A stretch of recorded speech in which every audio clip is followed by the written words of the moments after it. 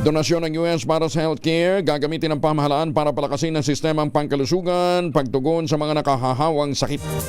Detalye ng balita mula kay Let Narciso, RH14. Let, good morning.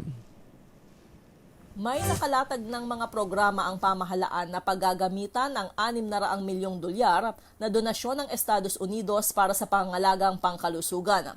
Ayon kay Palace Press Officer Claire Castro, ibinahagi ni Finance Secretary Frederick Go na layo ng tulong na mapalakas ang disease surveillance at pagtugon sa mga outbreak. Gayon din ang pagpapabuti ng health delivery at pamamahala sa sektor ng kalusugan, pagpapalawak ng mga programa laban sa HIV, tuberculosis at iba pang sakit, at pagpapabuti ng kalusugan ng mga ina, bagong silang na sanggol at mga bata. Nakapaloob umano ito sa Strategic Objective Agreement para sa Integrated and Sustainable Health Systems.